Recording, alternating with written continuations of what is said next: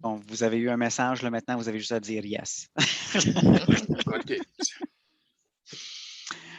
Alors, je vous souhaite la bienvenue et je vous remercie d'être là avec nous. Ce soir, on a le grand plaisir d'accueillir Samuel Vauvert-Donsoko, qui est le pasteur à Trinity, pas Trinity, à Plymouth Trinity, à Sherbrooke. Et puis, lui va nous parler et va nous faire un exercice très intéressant ce soir, des mots qui peuvent créer des mots. Alors, ça va être très intéressant et on est censé rire beaucoup pendant cette session aussi. Alors, si je vous vois et vous ne riez pas, je vais vous envoyer un petit message en clavardage pour vous dire « Hey, il faudrait rire un peu ». Alors, c'est ça que Samuel nous a demandé de faire.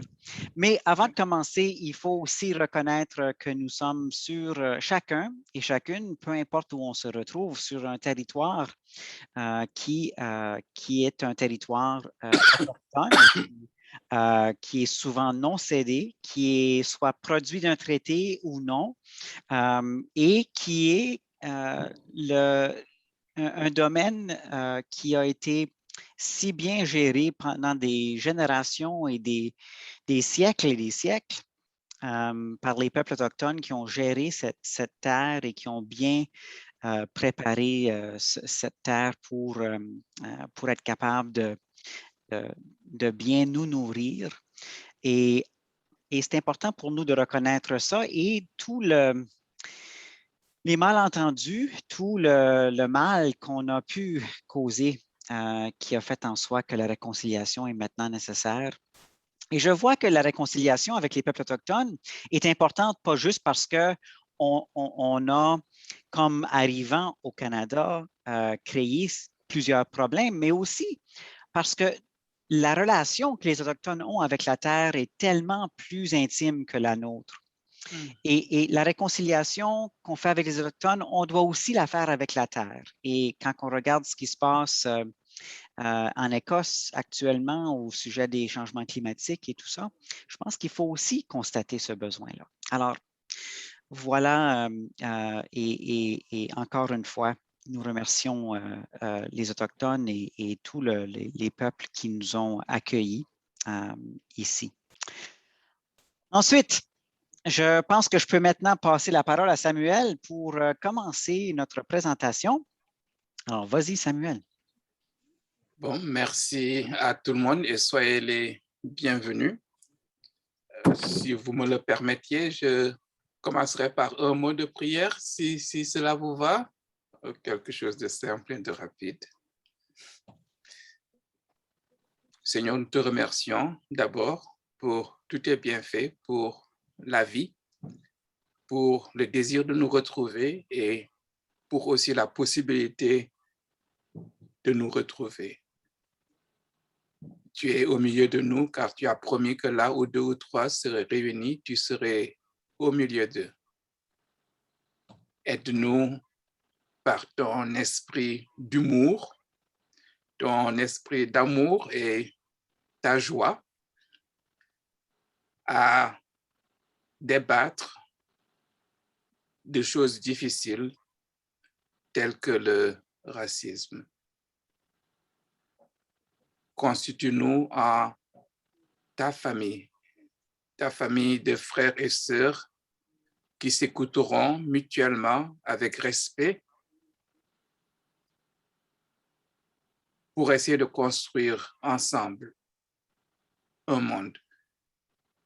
Et donne-nous les mots pour construire ce monde que nous rêvons et auquel nous rêvons aussi. Un monde de respect, un monde de solidarité, un monde d'équité. Le monde tel que toi-même tu l'as rêvé. Nous te demandons cela au nom de Jésus-Christ, ton Fils, notre Sauveur. Amen. Amen. Alors, avec Eric, on s'est mis d'accord qu'on aurait, disons, à peu près 75-80 minutes à partir de maintenant. Et comme il a laissé entendre, j'espère que il y aura des sourires et des rires, même si c'est un sujet dur et difficile. Et lorsque c'est Adèle qui a lancé cette idée de 40 jours contre le racisme m'a approché, j'ai donné mon accord parce que, bon, c'est important, je le dis aux gens, alors j'essaie moi aussi d'être conséquent. Mais je dois avouer que les premières fois où j'y ai réfléchi, il y avait plusieurs idées qui venaient, mais c'était lourd, et c'était pénible et difficile. Jusqu'à ce que, tiens, l'idée me soit venue d'utiliser l'humour, le sourire pour animer cette journée-ci. Et alors, je me suis senti non seulement regaillardi, avec plus d'énergie, mais aussi libéré et soulagé. Parce que je suis sûr, vous le savez aussi, et nous en parlerons, que souvent on obtient davantage avec l'humour plutôt que le rapport de force ou la lutte ou la guerre. Il y a beaucoup de monarques qui ont été déboussolés par des campagnes répétitives d'humour.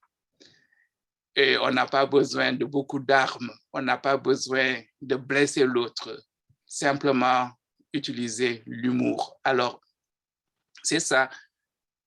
Il n'en demeure pas moins que c'est une lutte contre le racisme, mais j'aimerais utiliser l'humour pour démanteler cela.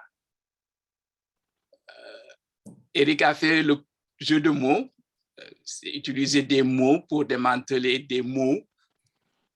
Je ne sais pas si vous avez entendu la différence. Surtout avec mon accent acadien, c'est difficile des fois. Utiliser des mots M-O-T-S pour démanteler des mots M-A-U-X. Et en cela, je suis en train de commenter un peu le titre. Alors, Caroline, qui va nous aider en partageant son écran, va nous montrer le titre. Et j'aimerais, parce que ça va être très interactif, vous entendre, parce que cette réussite-là dépendra beaucoup de vous. Castigat ridendo mores. Est-ce que quelqu'un a eu la curiosité soit de vérifier ce que ça voulait dire, ou bien c'est ce que cela veut dire et à quoi ça s'applique? Bon, comme vous êtes timide, je sais que Viviane a une idée. Bon, mais enfin, c'est 3 mots latins. Castigare, c'est le verbe qui veut dire châtier, corriger. Et j'aime bien corriger. Ridendo, en riant. Mores, les mœurs. Et c'était la fonction de la comédie. C'est une définition qui date à ce qu'il paraît du XVIIe siècle. On n'est pas tout à fait sûr, mais beaucoup de personnes l'ont utilisé. Et j'espère qu'aujourd'hui, pour les minutes que nous avons à passer ensemble, on utilisera l'humour, le rire pour corriger les mœurs et les mœurs qui concernent le racisme. Pour notre entretien, ce que je voudrais, c'est utiliser un peu quelque chose qui ressemble à Jeopardy. Jeopardy, je ne sais pas comment le prononcer. Vous connaissez le jeu là à la télévision où on vous donne la réponse et on vous demande de chercher la question. Jeopardy, oui. Jeopardy. Bon, ça m'apprendra à essayer de prononcer à l'anglaise quelque chose qui peut se prononcer à la française. Alors, vous aurez droit à une dizaine à peu près de petites phrases. C'est vraiment, j'ai puisé dans mon quotidien, dans mon vécu. Et comme quelquefois, c'est des phrases générales aussi, il se peut que vous l'ayez vécu vous-même. Alors, on va commencer par cela, la phrase. Et j'aimerais entendre de vous deux choses. Si vous l'avez entendu vous-même ou bien si vous l'avez vécu, dites-nous en quelles circonstances. Sinon, ensemble, on va essayer de créer un scénario et vous allez essayer de me dire à quelle situation cette phrase-là correspond. J'espère que ce n'est pas trop difficile et au fur et à mesure qu'on le fera, vous vous sentirez plus à l'aise. Mais on ne va pas s'arrêter là. Je poserai aussi des questions et j'aimerais qu'on essaie de trouver des mots pour répondre à cette situation-là. Hein? Voilà, c'est ce qu'on va essayer de faire ensemble. J'espère que vous y trouverez de l'intérêt et que nous verrons que oui, l'humour peut servir et sert en fait plus efficacement quelquefois que les rapports de force. S'il y a des questions, je vais les prendre, mais si mon explication n'est pas assez claire, je pense qu'en pratiquant les 2 ou 3, vous verrez à peu près là où je veux en venir. Mais s'il y a des questions, je peux les prendre. Et aidez-moi, Eric et Caroline, aussi à voir les mains qui se lèvent parce que je ne vois pas tout le monde. Oui, absolument. On s'occupe de ça. Comme on n'est pas nombreux, ne soyez pas timides. Ouvrez votre micro et puis parlez si vous voulez dire quelque chose. Bon, alors on va passer au premier, s'il vous plaît. Vous autres, vous avez le rythme dans le sang. Alors, quelqu'un a déjà entendu cela ou bien quelqu'un l'a déjà dit? On ne me l'a jamais dit à moi, Samuel. Oui. Mais je l'ai déjà entendu dire à d'autres, oui. OK.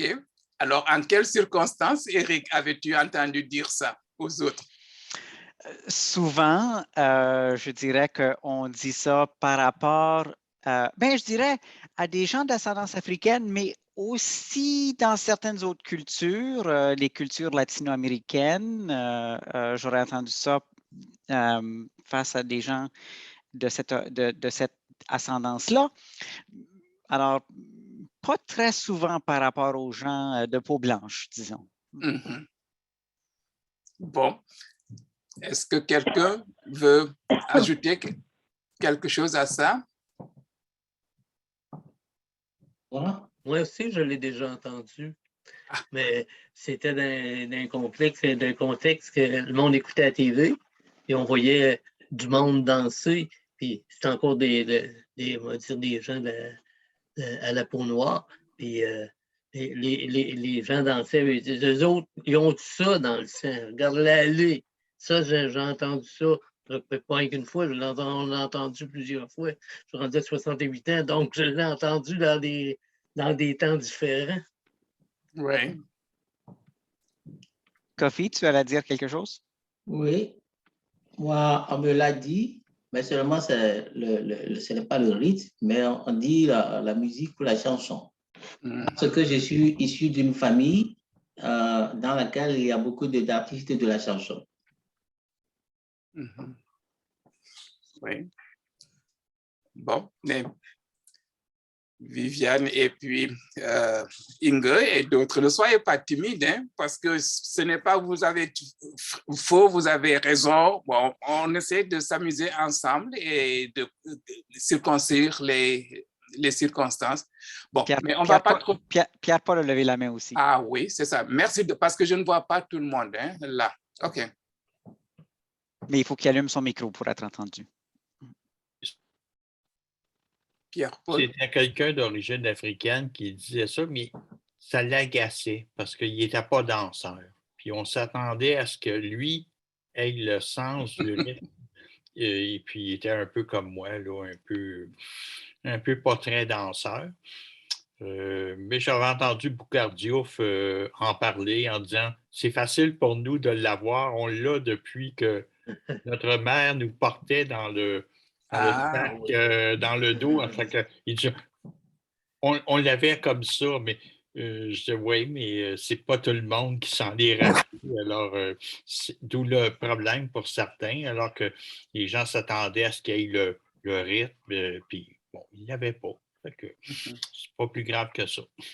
Ouais. Alors, oui, vous avez pas mal fait, hein, parce que je m'attendais un peu à ça pour cette première diapositive. C'est quelque chose qu'on entend souvent et ça fait du sens de ce que vous avez dit. Maintenant, on va voir les circonstances historiques réelles parce que, comme je vous l'ai dit, chacune de ces petites phrases a un contexte vraiment réel. Ça s'est passé. Alors, oui, Carole, si tu peux nous mettre l'image qui suit. Alors, oui, je vais juste lire et puis commenter un peu.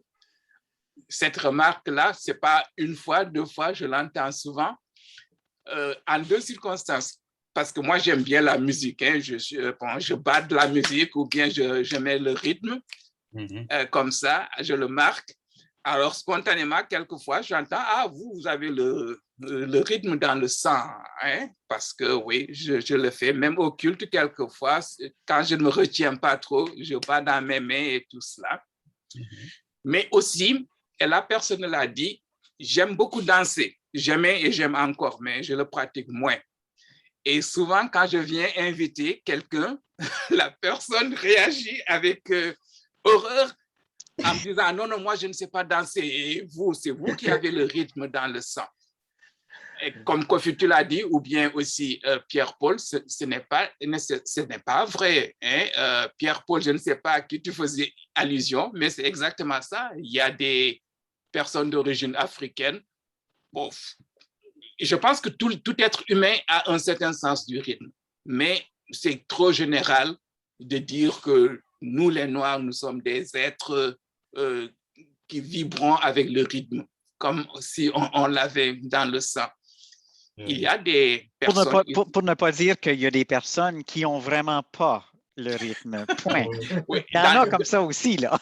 Dans les deux catégories. Oui, dans les deux oui, catégories. Dans tout le monde, il y en a comme ça. Oui, parce que moi, c'est un professeur d'université qui m'avait dit ça. Il dit, bon, tu sais, les gens l'achalaient beaucoup avec ça. Et puis, il répondait, non, je ne l'ai pas. Tu sais. Puis Boucardiouf, ben lui, il s'amusait beaucoup avec ça. Il y a une manière humoristique de gérer ça. Là. Fait que, ben, je trouve ça amusant. Il a le sens du rythme. Il aime danser aussi. Fait que, oui. Et puis, bon, la critique qu'on pourrait faire lorsqu'on généralise ce genre de choses, c'est confiner les personnes d'origine africaine à tout ce qui est rythmique, le djembé, des choses comme ça, à des expressions de danse. Je n'ai rien contre cela, mais nous ne sommes pas que cela. Et en fait, le dernier point, comment on pourrait répondre si on entendait quelque chose de ce genre? Moi, par exemple, quand j'invite quelqu'un à danser, bon, si je t'invite à danser de la samba, ou bien du reggae, ou bien du mbalax, et que tu ne peux pas, mais dis-moi, oui, viens, je t'apprendrai, et puis invite-moi à danser ta danse à toi, que ce soit la valse, la quadrille, la gigue, je ne sais pas ce que les gens dansent ici, mais c'est ça, et, faire preuve d'humour et faire preuve de vivacité d'esprit pour qu'on partage ensemble quelque chose. Voilà. Alors, on va passer à la prochaine diapositive.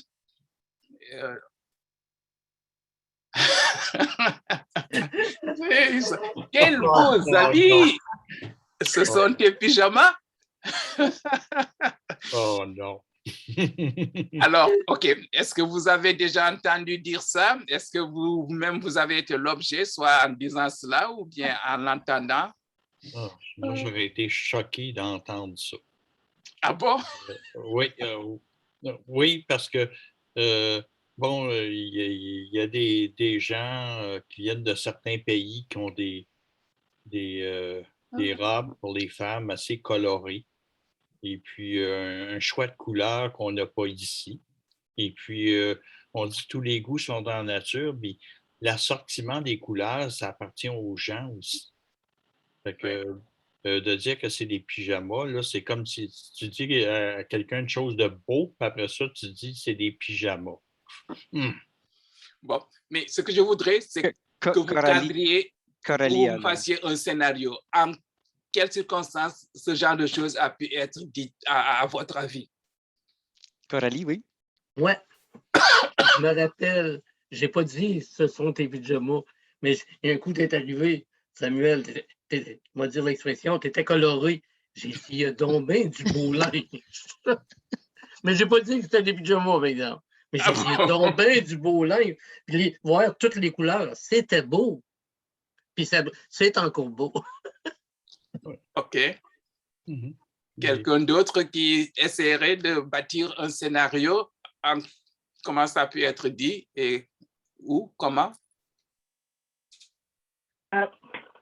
Eric, OK. I don't, je suis pas sûre pour construire un scénario, mais je suis sûre que plusieurs personnes ont pensé ça au sujet de notre pasteur Samuel. Il y en a peut-être d'autres qui l'ont dit, parce que c'est vrai, ce qu'il porte des fois, sinon régulièrement, c'est des choses que pour d'autres personnes sont les pyjamas. Mais c'est pas unique à Samuel. Je me rappelle quand j'ai donné des séances aux Vietnamiens, les gens qui me recevaient en short et à la fin, ils s'habillaient pour le vrai, pour sortir avec ce que j'appellerais les pyjamas, que je porterais au lit. Quoi dire, j'ai jamais rien dit, mais on est surprise. Ouais. Moi, j'aimerais bien voir des pyjamas qui sont aussi beaux que, que certains habits. Moi, mes pyjamas sont pas mal drabes.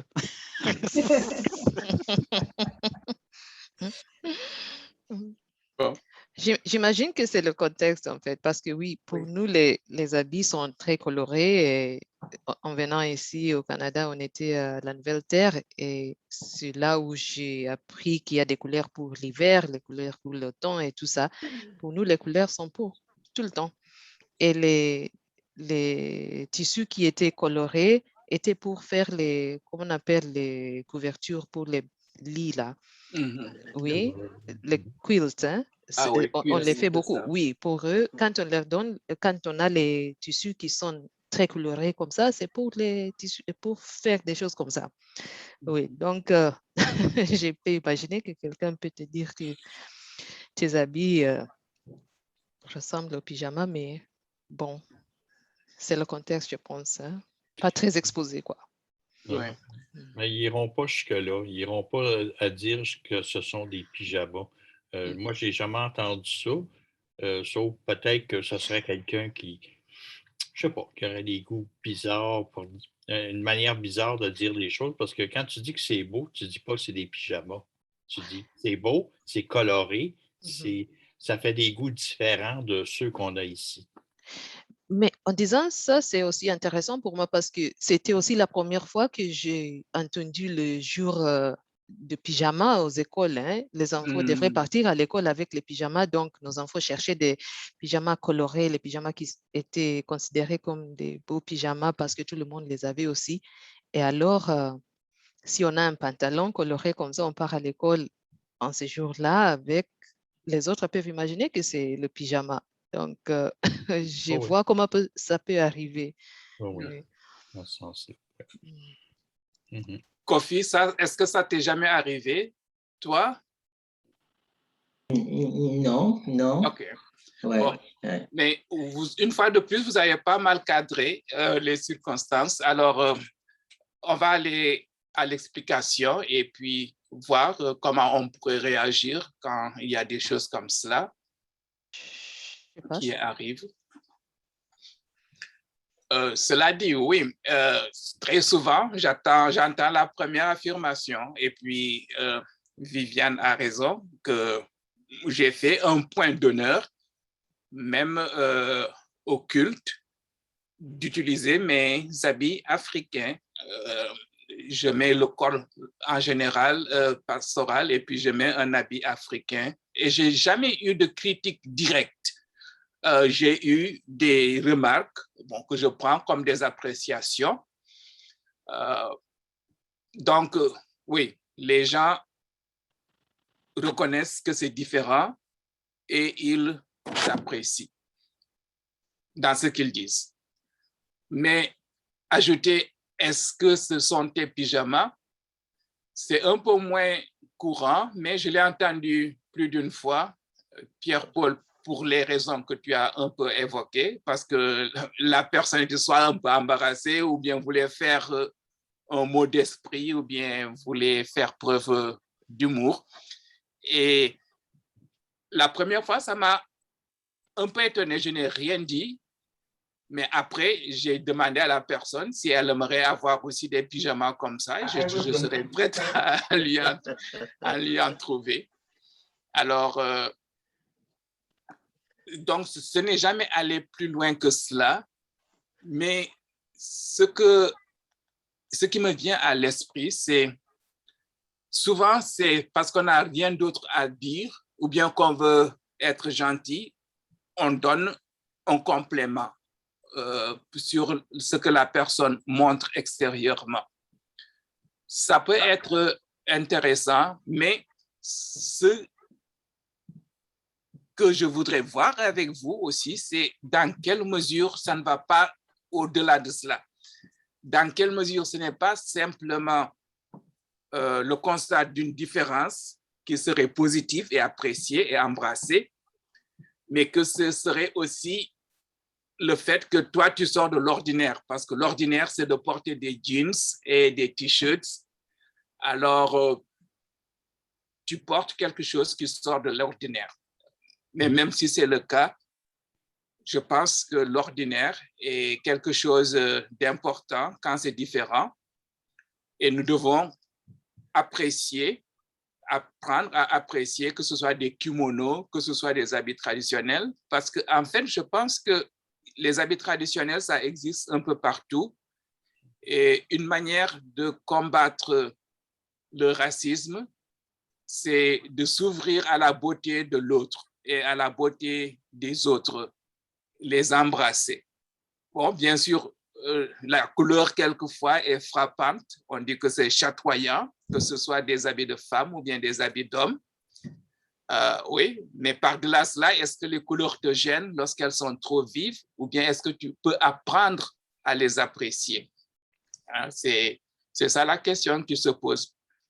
Par exemple, moi, aujourd'hui, je mets du noir en grande partie parce que, vous voyez, c'est les jeudis en noir.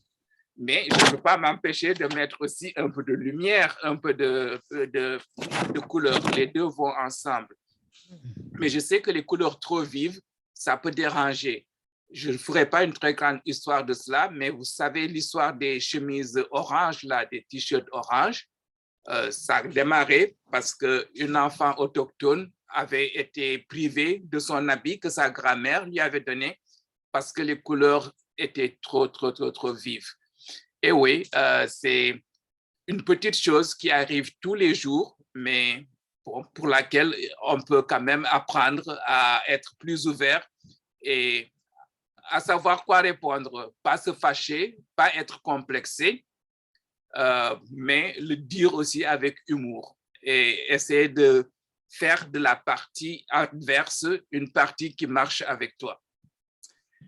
On va maintenant toucher des choses un peu plus difficiles peut-être, mais on va voir ensemble avec la prochaine diapositive. Ils savent bien comment utiliser le système.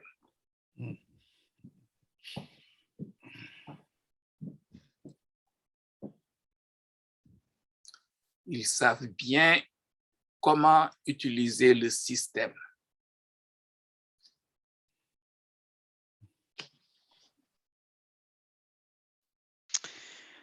C'est drôle, Samuel. C'est pas drôle, mais c'est drôle.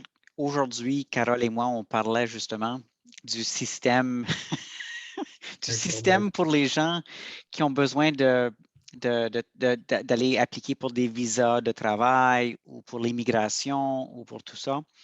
Et ayant été responsable de travailler avec quelqu'un pour déchiffrer, défricher tout le système que moi, en tant que Canadien qui existe, qui est là depuis sa naissance, que même moi, je ne comprends pas parce que c'est tellement complexe.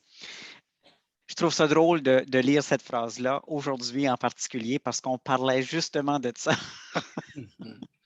Et en continuant, est-ce que tu vois un peu dans quelles circonstances ça peut avoir été dit, à quel scénario ça pourrait s'expliquer, que ça pourrait s'appliquer?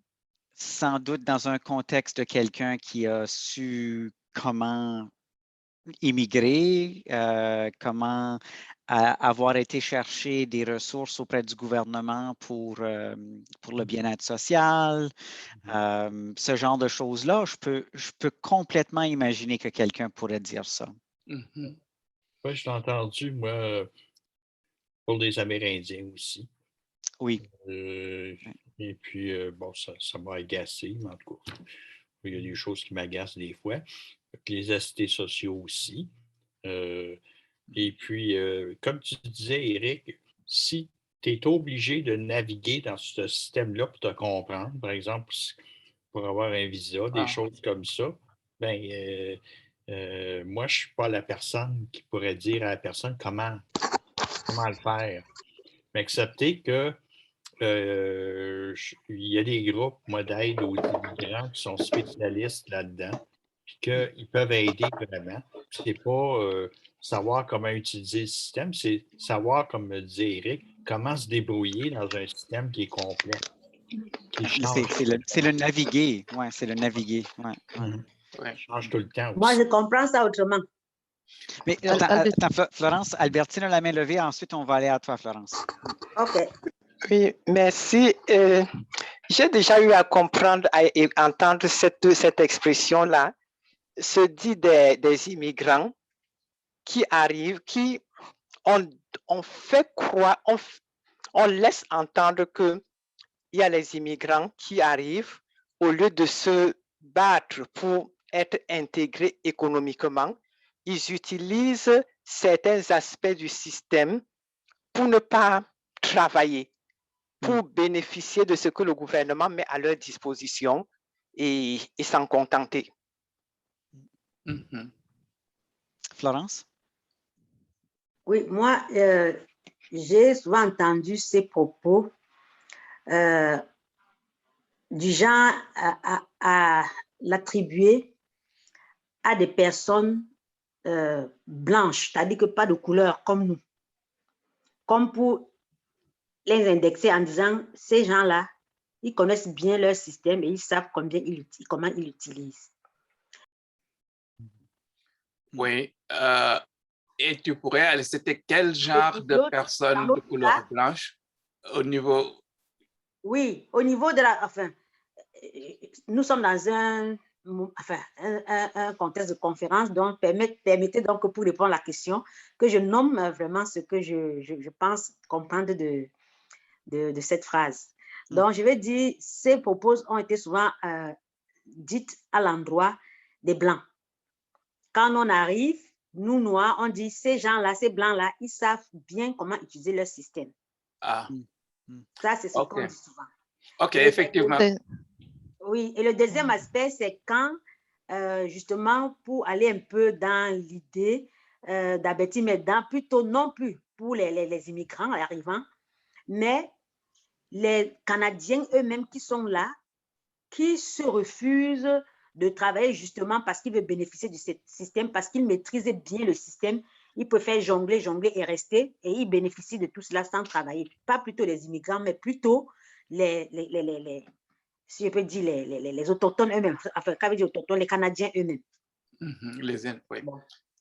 Carole, tu voulais dire quelque chose? Oui, j'allais dire qu'on constate dans les remarques de Florence et Albertine, comment c'est intéressant que quand on parle de ça en faisant référence aux personnes avec la peau blanche, c'est comme si c'est positif. Ils connaissent comment utiliser le système avec admiration. Mais quand on parle de personnes de couleur, c'est comme si c'est négatif. Hein? On vient prendre des choses dont ils n'ont pas travaillé. Hein? Ils viennent chercher l'argent pour qu'on les paye sans qu'ils travaillent. Oui, oui, Ouais. c'était l'aspect-là que je voulais soulever. Oui. Coralie a aussi la main levée. OK, Coralie. Oui, moi, je voulais dire que c'est une phrase que j'ai entendue très, très, très souvent. Surtout dans les dernières années avec les PCU. Comment de personnes qui ont utilisé, moi dire la phrase, ils savent comment qui ont utilisé le système, que ce soit des Blancs, des Autochtones, beaucoup de personnes qui avaient besoin, ils ont réussi, comme ils disent, ils ont réussi à utiliser le système. Si on l'a entendu, là, ça fait 3 ans qu'on entend ça, juste à partir de 2 ans, depuis la pandémie. Mais avant ça, on entendait surtout parler de ça pour les personnes qui étaient sur l'aide sociale. Oui, parce que les personnes, puis sous l'aide sociale, tu as des Blancs, tu as des Noirs, tu as des Autochtones, mais on entendait surtout des personnes avec qui leur manquent quelque chose. Aussitôt que le monde nous manque quelque chose, aussitôt qu'ils demandaient du bien-être un peu, tout de suite, le monde chialait, regarde comment ils connaissent le système, ils ne travaillent pas, ils font ci, ils font ça. Mais ça, on l'a entendu dans plusieurs scénarios, puis peu importe la couleur de peau des gens. OK. Je partirai de ce dernier constat-là parce que c'est important aussi et on remet cela dans son contexte. Ça, c'est dans les 40 jours de lutte anti-racisme. Donc, je ne peux pas enlever son caractère raciste, mais comme tu l'as dit, Coralie, c'est quelque chose qui s'applique à plusieurs personnes et en particulier, le plus souvent, à des personnes qui sont obligées d'aller faire recours à l'assistance publique et qui sont perçues parce que c'est le regard des autres comme des gens qui sont soit paresseux, comme disait Florence, parce que c'est trop facile, l'argent est là et l'argent gratuit, alors pourquoi aller travailler? Soit un peu méprisant aussi, parce que et adversatif, parce qu'ils sont capables de travailler, ils ne vont pas travailler et ils prennent mon argent et ils prennent l'argent que j'ai gagné à la sueur de mon front ou bien à la sueur du front d'autres. C'est vrai que ça s'applique, ça s'applique même à des jeunes Canadiens. Moi, je pense à un jeune en particulier dans notre communauté, Canadien à qui il a été reproché de ne pas chercher de travail, de ne pas travailler et d'utiliser le système. Mais maintenant, le lien avec le racisme et le racisme systématique, c'est que souvent, c'est malheureux, mais c'est un constat, que ce soit au Canada, aux États-Unis ou en Europe ou ailleurs, le racisme a une couleur. Je veux dire que les personnes dites racialisées sont proportionnellement plus pauvres que le reste de la population et fait donc appel à l'aide publique plus souvent que les autres. Et bien sûr, c'est une minorité visible. Ça, c'est une expression qui est intéressante. Et Viviane, tu ne t'en souviens peut-être pas, mais c'est de ta bouche que j'ai entendu cette expression-là la première fois, une minorité visible. Et c'est ça. D'autres peuvent bénéficier de ces services sociaux, mais la minorité visible rend cela encore beaucoup plus visible. Et il y a d'autres cas qui me viennent à l'esprit. Ici, à Sherbrooke, par exemple, à Moisson-Estrie, il y a des gens qui ont reproché des immigrés d'origine africaine d'aller chercher la banque alimentaire avec des voitures de luxe. Bon, vous voyez où ça vient tout ça. Alors, Carole, j'aimerais que tu montres la diapositive qui suit. Bon, oui.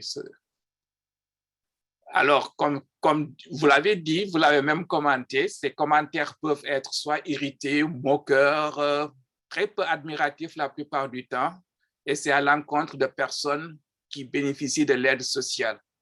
Mais les questions de fond qu'on pourrait se poser, mais à qui ça profitent vraiment parce que c'est dans le cadre d'un système et je pense que beaucoup d'institutions, les personnes auxquelles on ne pense pas toujours, bénéficient de cet arrangement-là, de l'aide sociale qui permet de tenir dans une situation de dépendance plus longtemps que cela n'est nécessaire, peut-être d'autres personnes.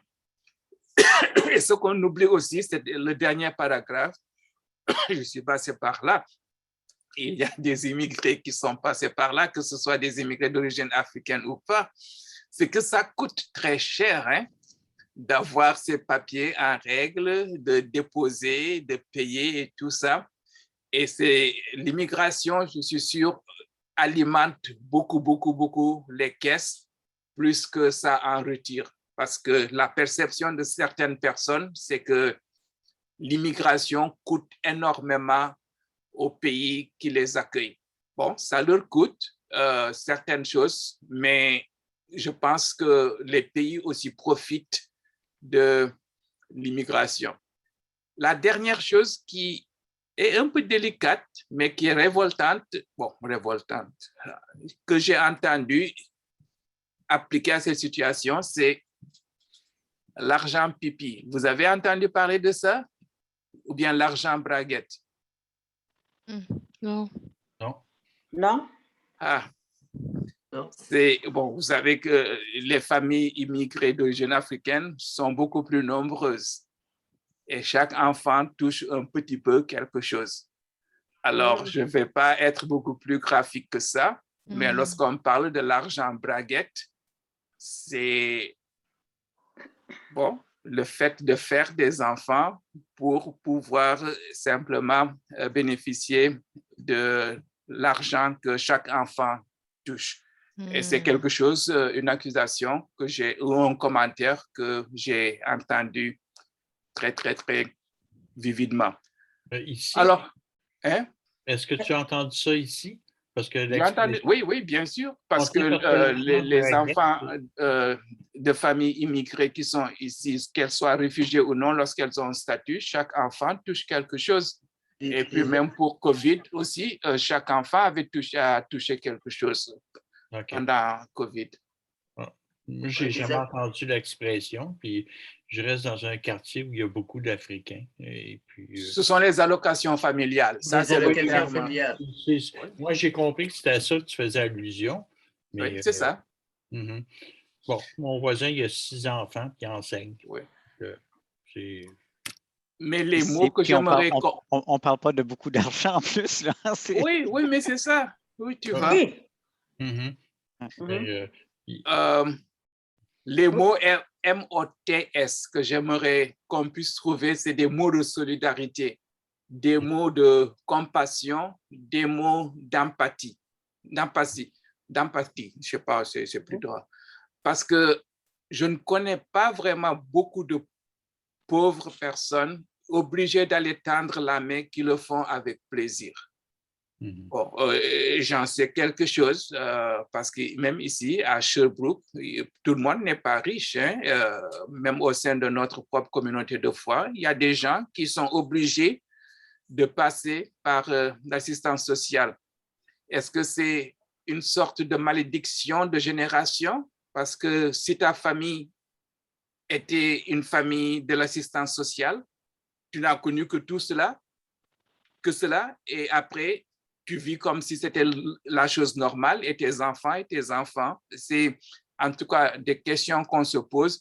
Et là, c'est une réflexion qui touche peut-être davantage la classe que la peau.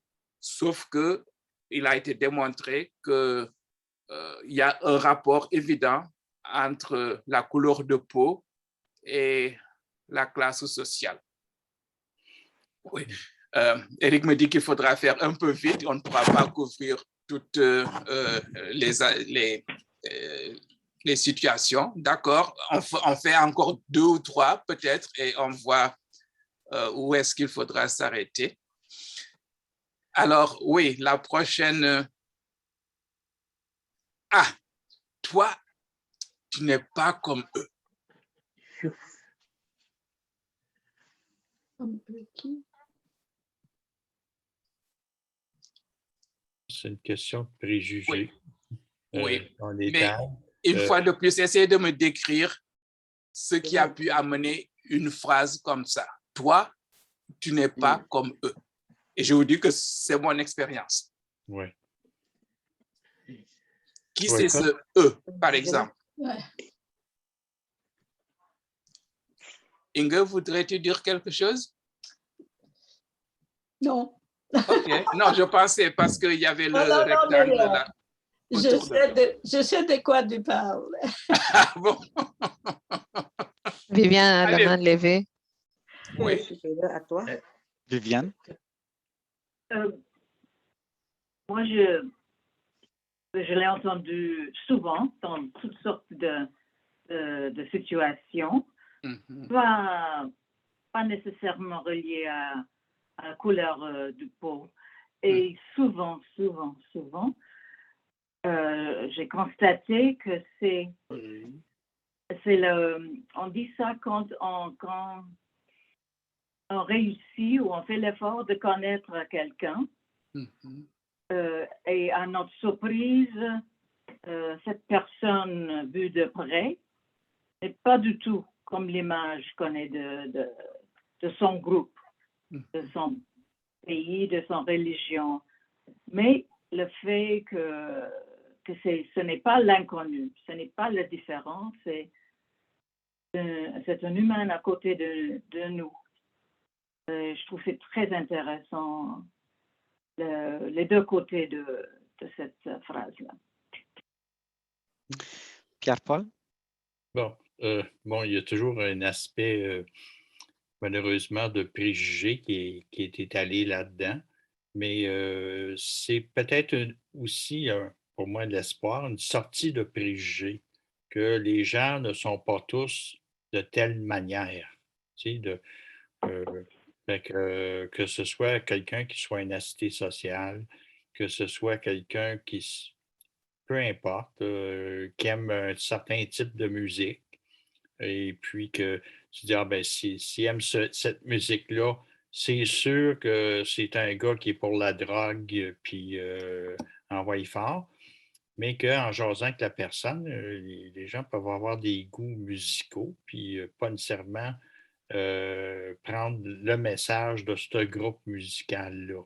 Fait que, par exemple, tu sais, fait que... mais au moins, il y a un début de sortie de préjugés qui est étalé contre tout le monde. Quelqu'un d'autre? Coralie, c'est ça? Oui. OK. Tu t'es fait dire ça, toi, Samuel? Oui. C'est vraiment, on va dire tout de suite, c'est vraiment pas gentil. J'en ai des, on va dire des hauts de cœur. J'aime pas ça. Parce que ça m'a été dit, moi. Oui. Vas-y. Moi, ça m'a été dit. Toi, t'es pas comme eux. Parce que moi, je fais. Je vais vous dire tout de suite, moi, je suis transsexuel. Donc, je me suis fait comparer des drag queens, toutes sortes de choses de même. T'es pas comme eux autres, t'es pas comme eux autres. Mais non. Non. Ça fait mal parce qu'ils nous comparent, ils nous jugent, puis j'aime pas ça. C'est pas bien. C'est pour ça que je te dis, toi, tu t'es fait dire ça, Samuel. Pour moi, là, ça me fait mal, puis j'aime pas ça. Parce que de toute façon, c'est pas des choses qui se disent. L'être humain, toute personne est comme elle est, puis avec ses belles qualités, puis ses défauts. Peu importe qui qu'on est. Oui. Bon, je suis d'accord avec Coralie, tu viens de mettre le doigt sur cette peine, cette souffrance au début qui m'a amené à aborder cela avec de l'humour. Parce que c'est vrai, lorsqu'on y pense et lorsqu'on l'applique à sa situation personnelle, ça ne peut pas ne pas être comme un coup de couteau dans le cœur. Alors, tu ressens peut-être tout ce que je disais au début et qui fait que ce serait trop lourd, vraiment, si je dramatisais tout ce qui touche au racisme ou bien à des choses de ce genre, au préjudice. Une manière de survivre et de combattre cela, c'est l'humour. même si c'est quelque chose de horrible. Et il ne s'agit pas d'essayer toujours de trouver quelque chose de positif ou bien d'amener du miel là-dedans. C'est quelque chose qui peut faire vraiment très, très mal et qui fait mal la plupart du temps. Ça peut être pris de manière positive, mais pour la plupart du temps, quand même, lorsque toi, tu vois, on t'isole de ton groupe et on te met devant. Alors, c'est une démarche qui n'est pas très agréable. Pour gagner un peu le temps, j'aimerais que, Carole, tu montres la diapositive qui suit. Il y a Pierre-Paul qui avait la main levée toujours. Oui, ben, bon, c'est juste pour en finir avec ça. C'est effectivement, c'est jamais positif. Mais au moins, c'est une porte d'entrée pour dire, ben, tu vois, tu avais des préjugés là-dessus. C'est dans ce sens-là. Si je peux ajouter une petite chose là, parce que ici, quand nous discutons, c'est peut-être avec l'image d'un adulte qui vient immédiatement dans l'esprit, mais je pense aussi aux enfants. Pouvez-vous imaginer qu'on dit ça à un enfant? L'enfant commence à avoir la confiance un peu feu et commence à s'éloigner des autres qui sont comme lui ou comme elle. Et ça peut être triste parce que après quelque temps, l'enfant se trouve seul. C'est pas bon. C'est pas bon comme ça. Non. Ouais. Oui. OK, alors. Je passe. Oui, tu as raison. Alors, c'est ça la diapositive. Et Coralie, tu me fais sourire parce que ça fait combien de temps que j'ai quitté Saint-Pierre-Penguet? Ça fait 8 ans maintenant? 7-8 ans environ. Et tu te souviens d'une discussion d'une étude biblique sur les moutons et puis tu parlais des moutons noirs? Je me souviens pas de ça, mais je me souviens qu'on a eu des études bibliques, on a eu chez nous, on a eu ensemble. Moi, j'ai apprécié tellement d'être avec toi. J'ai appris beaucoup avec toi, puis c'est toujours un plaisir d'être là. J'ai appris beaucoup. J'ai beaucoup aussi appris avec vous. Mais les circonstances ici, c'est quelque chose que j'ai entendu moi-même à plusieurs reprises. Et la plupart du temps, c'était lorsqu'on parlait de racisme, lorsqu'on parlait des autres, et que bon, moi, j'étais bien apprécié, entre guillemets. Et ce n'est pas seulement ici à Sherbrooke, c'est arrivé aussi à Sherbrooke. Donc, quand Ingrid dit qu'elle voit exactement ce que c'est, elle n'a pas tout à fait tort. Mais quand j'étais en Alsace aussi, parce que moi, j'y étais dans les années 70, et j'étais curieux, j'allais dans les petits villages où des gens n'avaient jamais vu de noirs, de personnes comme moi. Alors, mais il y avait quand même un racisme. Et maintenant, ça s'est éclaté parce que Strasbourg est un des bastions de l'extrême droite, malheureusement. Mais moi, on me disait que, bon, on essayait de m'opposer à tous les autres noirs. On les critiquait et tout, on donnait toutes sortes de préjudices. Mais moi, j'étais différent parce qu'ils me connaissaient. Viviane, comme tu as dit, oui, lorsqu'on s'approche davantage d'une personne, lorsqu'on la connaît, on voit que les stéréotypes là ne s'appliquent pas, mais on tient encore aux stéréotypes parce qu'on dit que toi, tu es l'exception. Oui, mais eux, ils sont tous comme ça, mais toi, tu es l'exception. Et moi, je n'ai pas envie qu'on me sépare de mes frères et sœurs. Et c'est ce que je mets ici. Est-ce que je suis cool, je suis bien, tout simplement parce que je serai davantage assimilé à votre culture et à votre manière d'être? Et est-ce que c'est ça qui est le critère? Est-ce qu'il faut que je sois aliéné de mon peuple et aliéné culturel pour que je puisse être apprécié alors que tous les autres de mon peuple sont à l'extérieur? J'ai pris une prise de position beaucoup plus, disons, ouverte contre le racisme en m'assumant comme un Africain, surtout depuis juin. C'est quelque chose qui est relativement récent et j'en parle souvent parce que, oui, j'étais au service de tout le monde et je n'avais aucun complexe à cause de ma peau. Je n'ai encore aucun complexe, mais je prends conscience que je suis un Africain et qu'on ne peut pas me séparer. Je ne suis pas quelque chose avant d'être un Africain parce que la première perception, c'est ma couleur de peau. Et si tu me traites, traite-moi comme tu traiterais les autres personnes qui ont ma couleur de peau.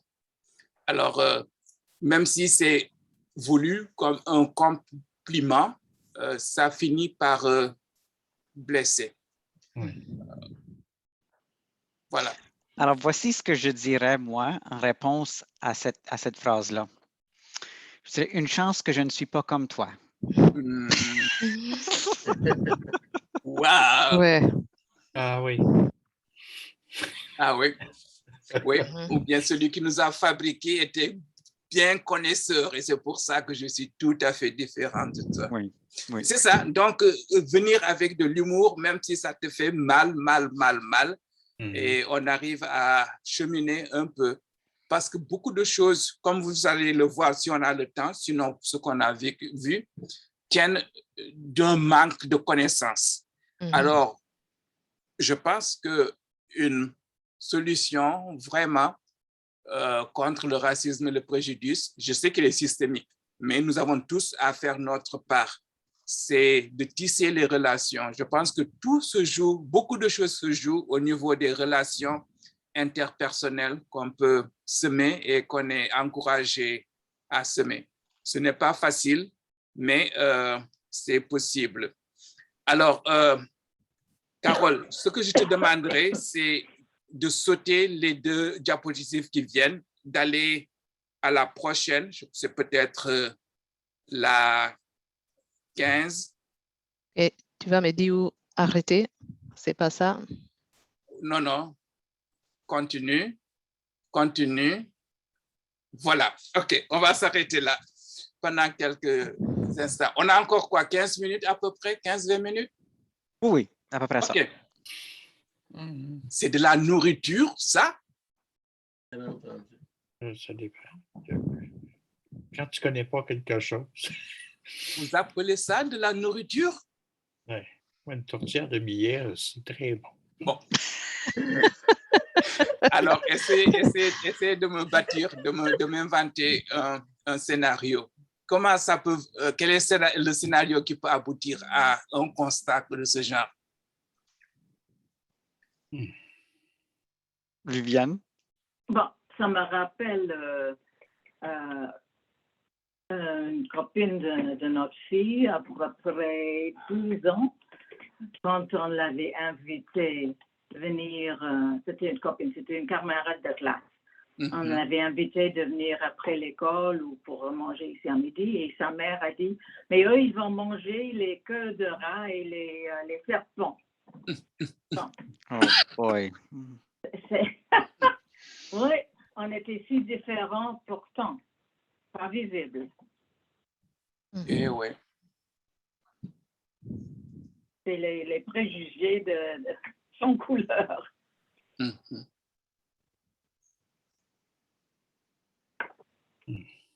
Une fois, j'ai servi de la pudding chômeur à quelqu'un qui était anglophone qui m'a demandé cette question-là aussi. Mais en tout cas. Oui. Et tu as trouvé les mots pleins d'humour pour lui répondre? J'ai dit goûte, puis tu vas voir. Mais je peux comprendre des fois que quand il y a des gens qui c'est de la nourriture qu'ils ne connaissent pas, par exemple le plantain, tu sais, on mange plutôt des bananes que du plantain, mais accepter que ça donne une occasion de voir ce que c'est. Tu sais. Puis même chose pour des nourritures de d'autres pays. Alors, puis il y a des céréales, puis des choses qu'on ne connaît pas qui viennent d'Afrique. J'entendais un agriculteur d'origine africaine qui disait que de plus en plus de succès avec des produits que lui adapte pour le Québec, qui fait goûter aux gens. Alors, il y a beaucoup de préjugés à faire abattre. Puis quand tu arrives avec quelque chose de nouveau en cuisine, ben, faut t'arriver à convaincre quelqu'un que ça peut être délicieux. Tu sais? Mais ils diront pas Oui. c'est de la nourriture. Ça, ils vont dire qu'est-ce que c'est que ça? Mhm. Mhm. Qu'est-ce qu'il y a là-dedans? Par Quand tu exemple. manges ça, Yes. Carole et ensuite Kofi. Oui, c'est vrai, quand on voit quelque chose qu'on ne connaît pas ou la nourriture qu'on ne connaît pas, on peut demander ou on peut poser la question comme ça. Mais c'est intéressant qu'une fois, j'ai mis sur ma page de Facebook un repas que chez nous, on mange, c'est le mélange de maïs et les haricots. Ah, ouais. Et j'ai mis ça et bien sûr, les personnes qui connaissaient étaient là à applaudir ou à aimer, etc. Mais il y a une copine à l'Angleterre qui a demandé, mais qui a mis le commentaire en disant l'apparence, moi, je ne pense pas que je mangerais ça. Mhm. Mais chez elle, j'avais mangé des haricots à part Mhm. et le maïs à part. Donc, c'est la préparation qui est différente. Mais quand on les met ensemble et on dit c'est n'est qu'un mélange d'haricots et de maïs, maintenant ça devient dégoûtant parce que c'est mélangé. Donc, oui. il y a des fois où c'est vraiment peut-être la façon dont on les prépare ou comment on pense que leur façon de préparer est la meilleure, je ne sais pas. Oui. Oui. Oui. OK, Kofi. Kofi? Oui, cette réaction, ça arrive souvent toutes les fois que deux cultures se rencontrent. Mhm. Je vais citer l'exemple quand j'étais en Suisse. Un jour, on mangeait de la salade et puis on mangeait également du fromage et le responsable est venu dire, ah, ces Africains-là, vous mangez ça? Les Africains qu'on a reçus, ils ont toujours refusé de manger ça parce que pour eux, c'est comme ce n'est pas une nourriture. Alors, alors moi-même, tout récemment, j'avais préparé du gombo et j'ai invité quelqu'un. Quand il a vu ça, il dit que non, il ne peut pas manger ça. Ouais. Puis c'était pas moi d'ailleurs. Kofi. Non, c'est pas Eric. Hein? Qui que je ne mange pas de viande. Là, Oui. Coralie. Moi, j'avais un de mes employés venait du Salvador. Puis il y a un autre employé, il demande, il dit, mangez pas ça, de l'iguane. Et savez-vous qu'est-ce qu'il a répondu? Il dit, ça peut pas être pire que vos cuisses de grenouille. C'est ça qu'il a répondu.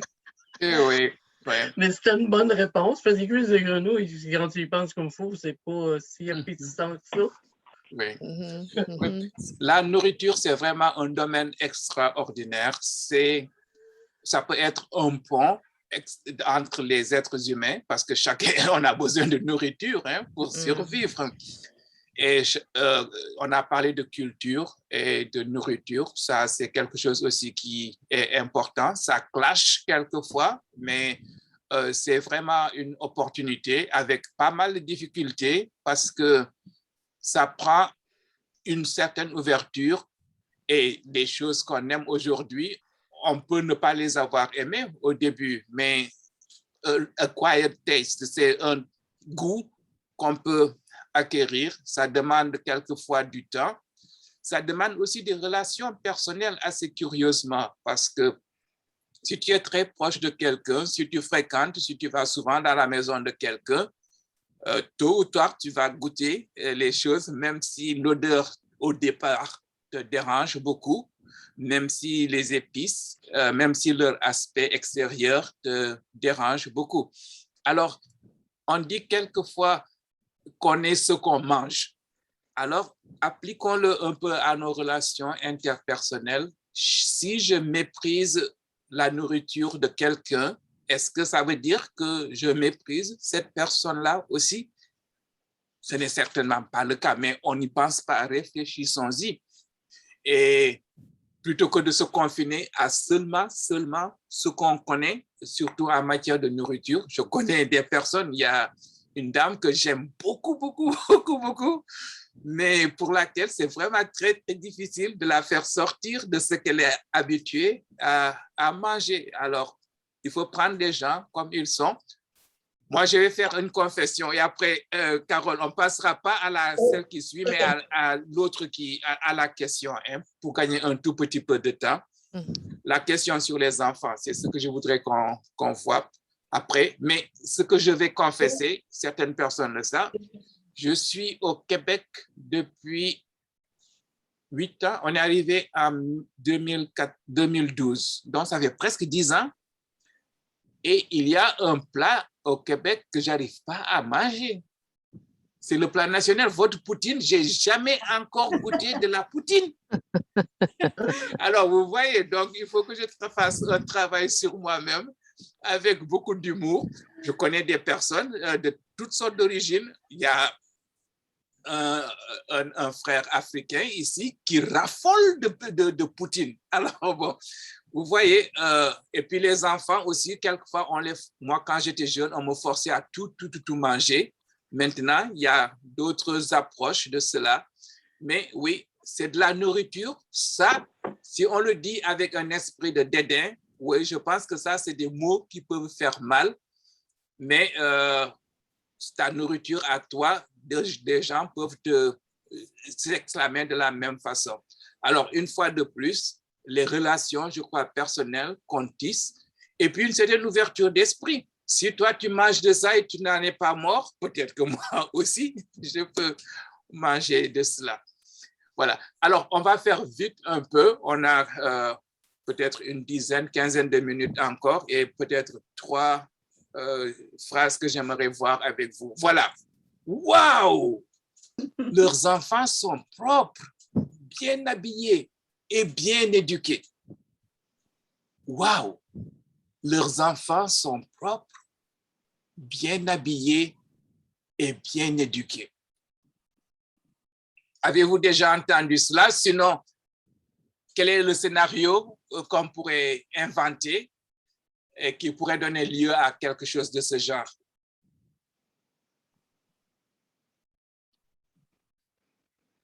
Kofi? Oui, Kofi? Oui, moi je pense que cette phrase peut être dite quand on n'a pas l'idée, quand on a une idée contraire sur une certaine catégorie de personnes. On pense que leurs enfants, normalement, sont pas propres. Oui. Ils sont sales, ils ne s'habillent pas bien, ils ne sont pas bien éduqués. Alors, quand un jour on rencontre le contraire, ça cause de l'étonnement. C'est comme si tu l'avais déjà entendu, toi. Ah oui, mais pas au Canada quand même. Oui. Est-ce que quelqu'un d'autre aurait un scénario où ce genre de choses aurait pu être dit?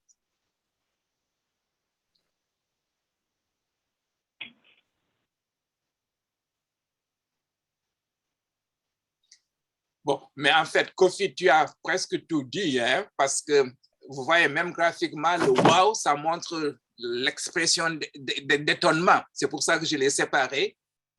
On s'étonne de quelque chose de très beau et de très positif. Leurs enfants sont propres, bien habillés et bien éduqués. Et si on est étonné, oui, c'est peut-être quelque part, même si on n'en est pas conscient, même si on ne va pas se l'avouer, on pensait que non, que ça ne peut pas être le cas ou bien que c'est exceptionnel. Alors, oui, c'est aussi, une fois de plus, le regard qu'on pose sur l'autre et l'expression de ce qu'on ressent. Ça peut être dit comme un compliment, mais qu'est-ce que ce compliment-là cache? Est-ce que ça ne cache pas un préjudice qu'on ne veut pas s'avouer? Et oui, si on était habitué à ce que leurs enfants soient propres, bien habillés et éduqués, on ne serait pas aussi étonné. Est-ce qu'on est aussi étonné lorsque c'est de l'autre côté, que ce soit des enfants de parents d'origine européenne ou autre?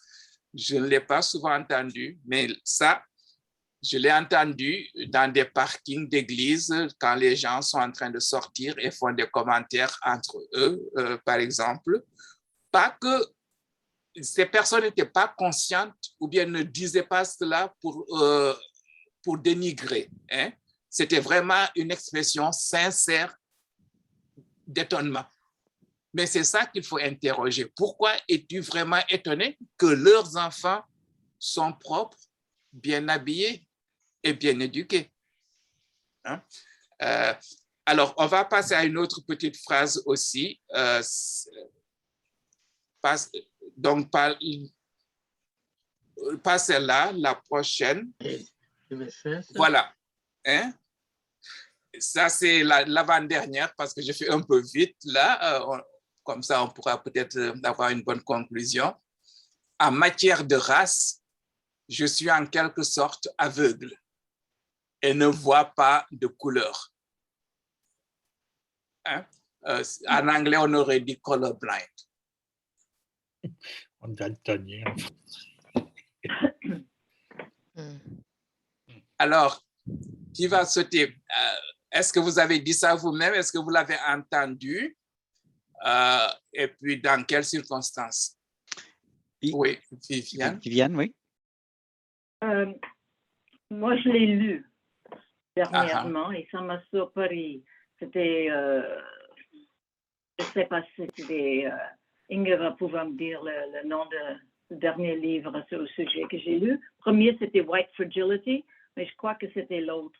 So you want to talk about race? About race, oui. Et puis, ça m'a surpris. Mais l'explication était que si vous ne voyez pas les couleurs, comment vous allez me comprendre? Comment allez-vous comprendre ma situation? Et je trouve que c'était important pour moi. Cette phrase, c'est quelque chose auquel j'ai dû réfléchir et ça m'a arrêté. C'est important. Je dois avouer que je suis convaincu qu'il y a probablement 10 ou 15 ans, j'aurais dit ça. Et je suis convaincu que je l'aurais dit dans la volonté de vouloir dire « je ne veux pas traiter les autres de manière différente à cause de la couleur de leur peau ». C'est ce que je voulais dire, mais je suis convaincu maintenant que c'est ridicule de croire à ce que je peux être aveugle à la couleur et à la situation des gens. Je constate ça maintenant, mais je suis convaincu, je ne peux pas avoir, il n'y a pas d'exemple exact dans ma tête, mais je suis convaincu que j'aurais dit quelque chose du genre il y a 15 ans, facilement. Je ne sais pas comment formuler ça, mais je sais qu'avant de venir au Canada, c'est quelque chose que nous aurions dit chez nous parce que ce n'est pas question de couleur. Nous disons, je ne vois pas la couleur, nous sommes tous les mêmes. Mais étant ici, je vois comment ça s'applique différemment. Quand on parle de couleur, c'est surtout parce qu'il y a cette question de race. Au Kenya, ce n'est pas question de race. Quand on voit les gens avec la peau qui est différente de la mienne, ce n'est pas la question de race. Ce n'est qu'un constat que les gens peut-être sont différents ou viennent d'un endroit différent, mais on accepte que ce sont des êtres humains, c'est ça.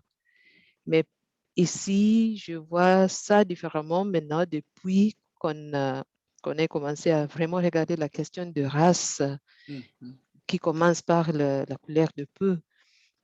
Et bien sûr, dire que je suis aveugle, je ne vois pas la couleur, c'est comme si la personne veut s'épargner pour dire que voilà, je ne suis pas raciste, quoi. Ouais. Devant quelqu'un de... Moi, je me pose la question pourquoi que le monde dise race? Pourquoi race? On va voir des gens, si on voit des Amérindiens, suite par la personne, on le voit qu'il est Amérindien. Moi, si je vois Samuel, il me semble qu'il vient du Sénégal ou... c'est ça, Sénégal, toi, Samuel? C'est ça. Je sais qu'il vient du Sénégal, mais je le vois. Puis comment je dirais, non, il est comme moi, puis moi, je ne suis pas comme Éric Hébert, moi. On est différents, mais pourquoi dire le mot race? On n'est pas des races. On est des personnes humaines avec soit une couleur de peau différente, avec toutes des personnes des pays différents. Puis, ça ne veut pas dire race. Moi, quand je vois ça, j'entends ça, le mot racial, puis toutes ces choses-là. Non, c'est pas dans ma nature. Pierre-Paul, la main levée? Oui. Ben, on a une tendance parfois à compartimenter les gens. Tu sais, le terme de race. Puis quand on arrive avec des gens qui sont métissés, là, on est vraiment mal pris dans ce temps-là. Ça n'a pas de sens. Anthony Cabana faisait beaucoup de blagues avec les jarrets noirs. Il dit, moi, je peux dire que je suis un vrai jarret noir parce que je suis noir. Tu sais. Et puis, il y avait sa blague à propos des gens. Moi, je ne suis pas raciste, mais les préjugés sortaient. Et puis, il prenait ça avec humour. Il étalait ça avec beaucoup d'humour quand il avait fait une série de sketchs là-dessus. Et puis, des fois, on a le goût d'en rire, mais des fois, on n'a pas le goût d'en rire. On a le goût de dire, ça me fait brailler, ça me fait pleurer. Autant de préjugés sur les gens. Bon. Veux-tu toucher, Samuel, sur cette question de race? Oui, Coralie a raison dans ce sens qu'il n'y a qu'une seule race humaine. Hein, et donc, que le concept de race tel qu'on l'utilise, c'est une construction artificielle, sociale. Elle a beau être artificielle, nous sommes tous là-dedans et la plupart du temps, nous sommes piégés. Et c'est pour cela que cette conception de mots pour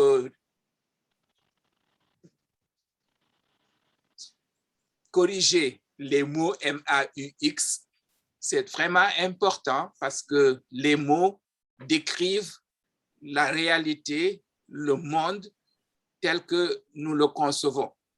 Alors, si on refusait d'utiliser des mots qui valideraient cette notion artificielle de race, peut-être que c'est un moyen de combattre. Je le disais déjà quand j'étais à Saint-Pierre, je le dis encore aujourd'hui ici, et c'est difficile, mais j'essaie de ne pas utiliser des adjectifs de couleur pour qualifier des personnes. Alors, quelquefois, je pêche, parce qu'on est tous dedans, mais j'essaie de ne pas utiliser noir, blanc, jaune ou rouge même pour qualifier des êtres humains. Vous savez que cet écran est blanc, aucun de vous n'a cette couleur. Bon, et puis le noir. Donc, essayons, même si c'est très difficile, de trouver des mots qui décrivent le monde et la réalité telle que nous le voulons, ou bien d'éviter d'utiliser des mots qui décrivent une réalité que nous ne voulons pas, parce que plus on le fait, plus on perpétue cette réalité-là. C'est vraiment un défi, mais je pense qu'on peut gagner ce défi-là. Mais voilà, c'est intéressant. Ce que je voulais ajouter, c'est que cette déclaration-là, assez curieusement, ça ne vient pas seulement de la bouche de personnes d'origine européenne. Je l'ai entendu de personnes d'origine africaine.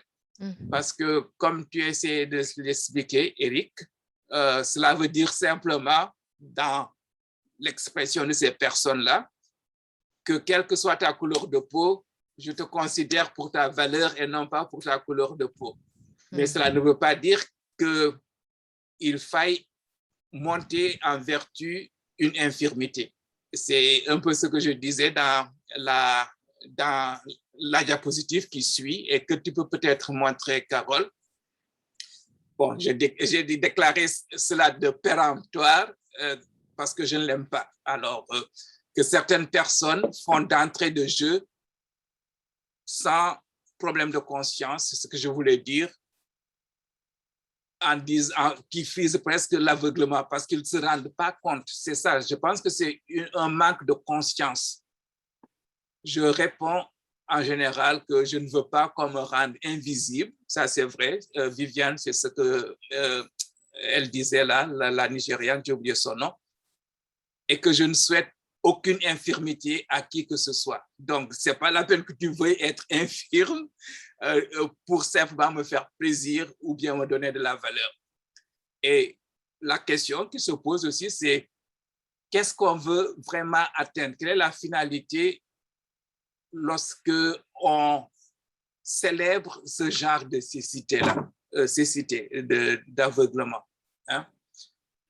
Et comme c'est Pierre-Paul, toi qui le disais, les gens qui le disent aussi, c'est pour affirmer qu'ils ne sont pas racistes, qu'ils seraient presque antiracistes.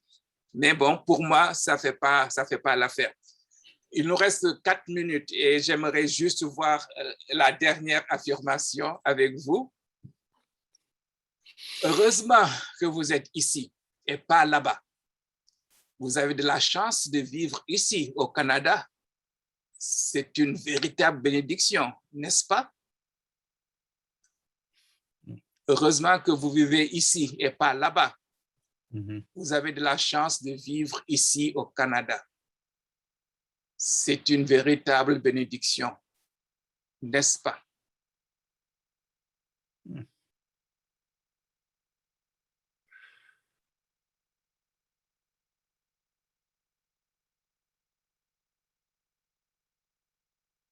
Vous l'avez entendu dire, ça a été dit à vous, vous l'avez déjà dit vous-même.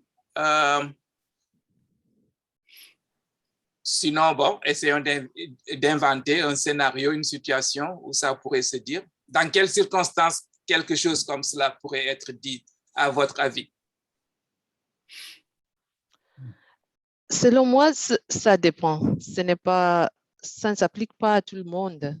Il y a des gens pour qui, oui, c'est vrai, c'est une véritable bénédiction d'être ici et pas là-bas, disons, pas dans les pays où il y a la guerre, où les gens qui ont été obligés de s'enfuir de leur pays et aller dans les camps de réfugiés, etc., ça peut être vu comme une véritable bénédiction d'être ici et pas là-bas.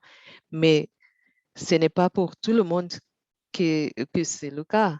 Il y a les gens qui aimeraient être là-bas, être dans leur pays, mais peut-être pour des situations politiques ou, je ne sais pas, ils sont en danger, leur vie est en danger. C'est pour cela qu'ils sont obligés de quitter. Oui, je pense. Coralie? Moi, je pense, c'est personnel, je pense que on va prendre l'exemple des Mexicains ou des Guatémaltèques qui viennent pour travailler sur nos fermes. On en a besoin. C'est pas un plaisir pour eux autres de laisser leur famille pour venir travailler ici puis faire des travaux que nous, nos personnes, ils ne veulent même pas faire. Donc, puis eux autres, ils ramassent tout ça. Il faut qu'ils retournent dans le pays, ils retournent au Mexique ou au Guatemala, etc., etc. C'est pas facile pour eux autres. Ils peuvent être partis 6 mois. On va dire, quitter son pays, là, c'est jamais facile. Comme nous autres, on serait obligés de quitter, même pour aller vivre aux États-Unis, on trouverait ça très difficile. Puis pourtant, il n'y a pas une grosse différence de pays, mais on trouverait ça difficile. C'est pas la même chose vivre aux États-Unis qu'au Canada. C'est comme je t'ai dit, les personnes du Mexique qui viennent ici, ils viennent pas ici pour le plaisir, puis c'est très difficile de laisser parents, conjointes et enfants pour ça. Bon. Et en même temps, il y a tout cet aspect du fait que les gens ont aussi de la famille puis des amis qui sont toujours attachés. Hein? C'est pas comme si ce sont des individus qui n'ont pas de lien du tout avec la réalité de qu'est-ce qui se passe chez eux. Alors, c'est un peu... je déteste ça quand on fait ça dans les prières. On dit, on est tellement heureux et je suis tellement chanceux qu'on n'est pas eux.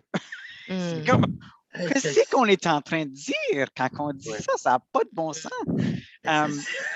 Mais c'est ce qu'on fait hein, souvent. On dit, on est tellement heureux, merci Dieu de nous avoir donné de la nourriture, puis qu'on ne soit pas en famine et qu'on ne soit pas en guerre, parce qu'on est en train de dire une chance qu'on n'est pas eux. Imagine l'impact que ça peut avoir, en tout cas. Alors, je vais arrêter là, alors, à moins que Carole tu veuilles dire quelque chose, parce que... Pierre-Paul. Oui. Pierre-Paul a la main levée. OK, Pierre-Paul, la dernière intervention. Sinon, si quelqu'un veut parler, levez vite la main parce qu'il est presque la demi et on va arrêter donc bientôt. Ben, moi, je me rappelle de quelque chose comme ça quand je travaillais dans des petites usines au salaire minimum et puis qu'il y a quelqu'un qui sortait de ça, un immigrant, quand il parlait de ses conditions de travail qui n'étaient pas très bonnes. C'était vrai, nous-mêmes, on devait s'en plaindre. Fait que moi, ça me heurtait. Je dis, de quel droit tu peux dire ça?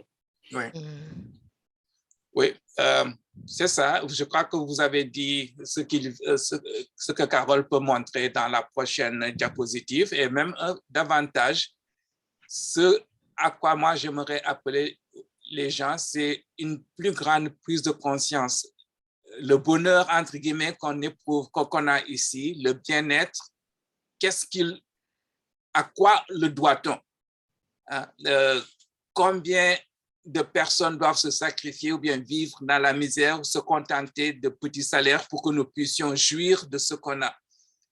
Et au Canada en particulier, parce que la plupart des sociétés minières sont logées au Canada, est-ce qu'on se rend compte de toute la misère qu'il y a, que ce soit au Congo ou bien en Guinée, dans d'autres pays avec des ressources minières pour les téléphones cellulaires ou bien tout le confort qu'on a, que ce soit les produits comme le café ou autre. Donc, qu'on soit en solidarité avec les gens pour ne pas simplement jouir de nos avantages et de nos privilèges ici, en oubliant qu'on les doit en grande partie aussi à d'autres.